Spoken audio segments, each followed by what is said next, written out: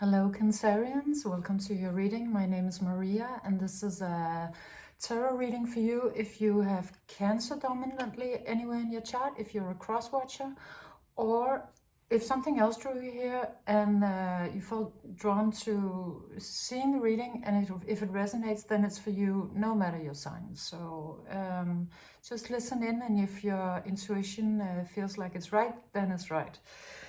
Your reading today starts with this beautiful card, the Detox card, repairing body, mind, and spirit. So this is where you are at this point.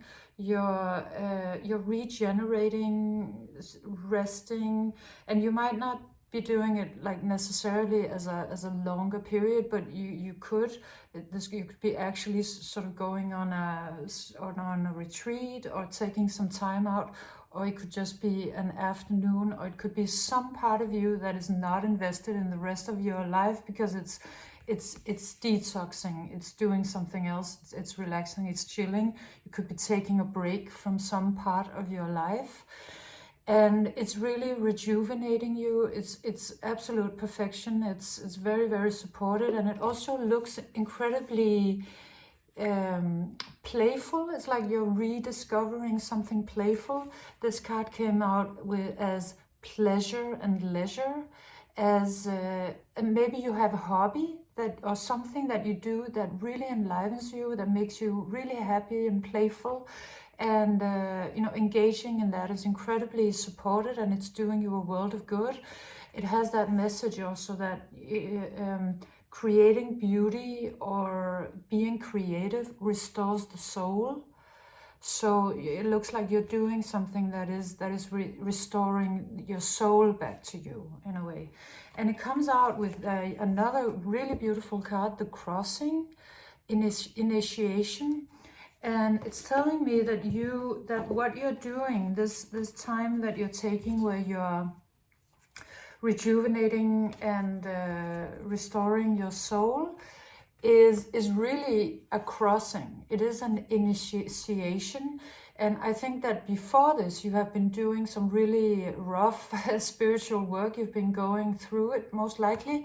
But at this point, it's a little more like it's going by itself.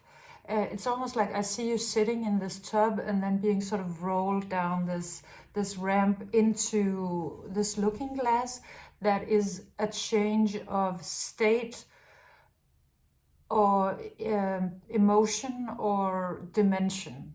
So it's sort of like a new life is waiting for you, and you're steadily moving towards it. You've already done the work, and now you're sort of, this is the work that you're doing now, sort of rejuvenating yourself, and then sort of freewheeling the rest of the way into a big change, big life change, a dimensional change.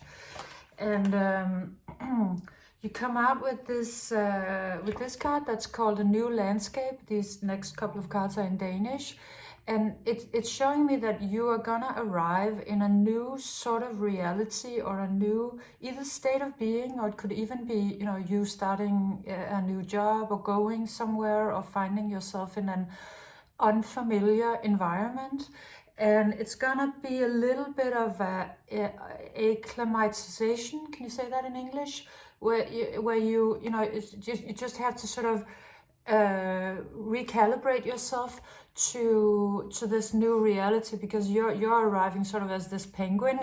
So maybe you've been in an environment that was very sort of cold, and then you arrive at this sort of spring and flowery other type of landscape, and you might have to have a little bit of time to sort of just understand where you are and what's this new thing and how do you navigate that. So there might be a little bit of a period of confusion, but it's really just because your reality is shifting so much that it just takes a little bit of time for sort of mind, body, and spirit to get used to this new everything.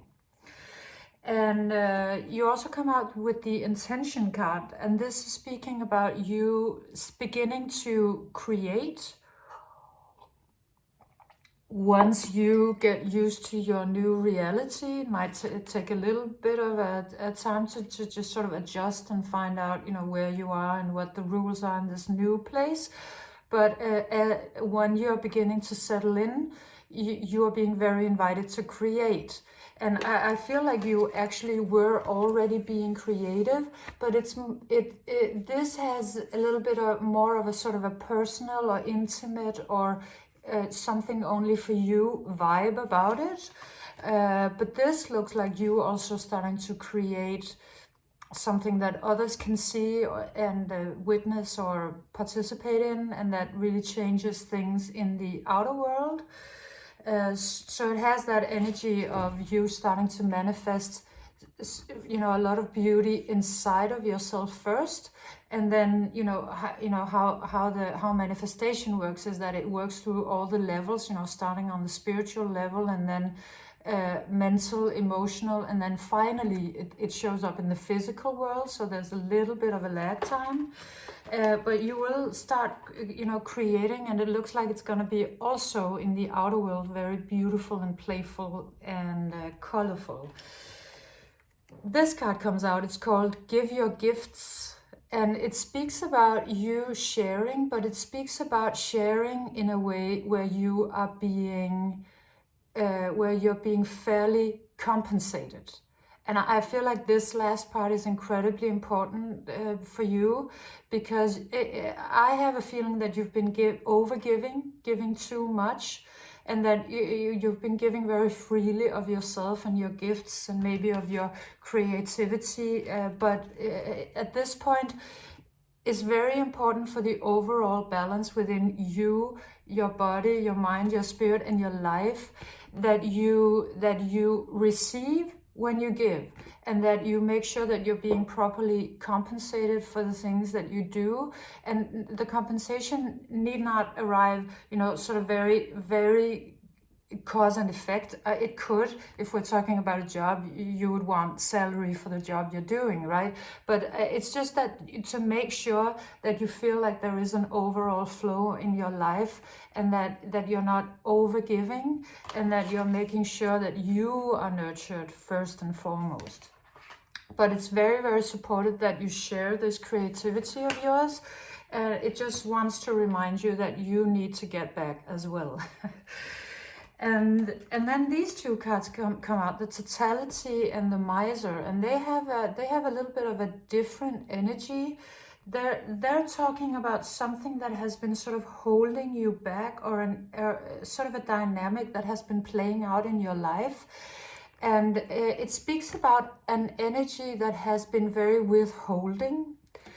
And it really comes out as somebody incredibly close to you. Might not be close in this now moment, because it could be someone from your immediate family, and this could have been somebody who made a big impression on you earlier in your life, but that energy is still somehow, or has for a long while, been infringing on you or playing a big role. So I mean, it really looks like we're talking about parent, sibling, uncle, could even be sort of neighbor, like that kind of energy, somebody very close to you who could have helped you, but they didn't.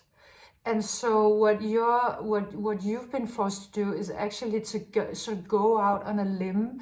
You've been forced to sort of really find your way in a little bit of a dangerous or precarious situation, meaning that you've had to make it on your own. You've really had to make it on your own. Somebody was in your immediate surroundings that could have given you much more help than they did. But they were withholding because of possibly, maybe their own traumas, and also it looks like because of, there's this side-eyeing.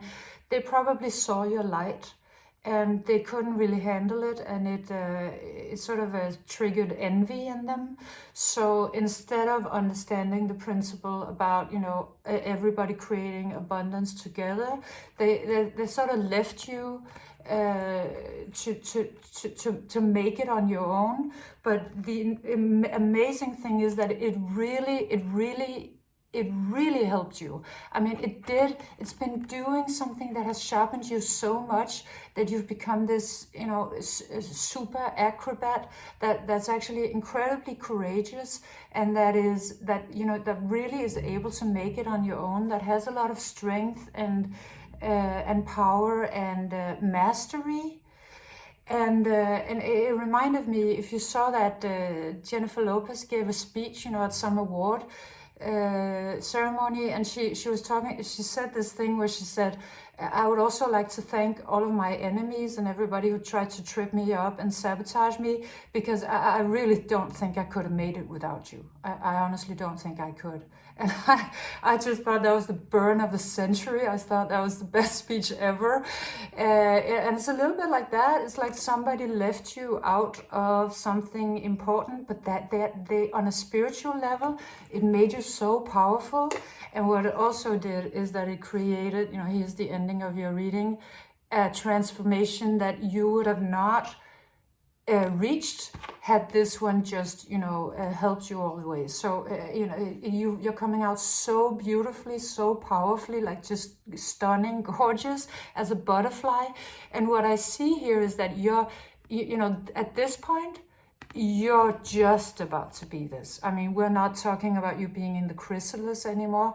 This is very, very, very close. I mean, you're just about to break out. So it's so great.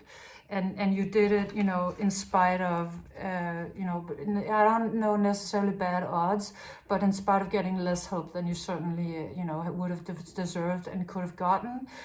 But it's great because you're coming out unbeatable.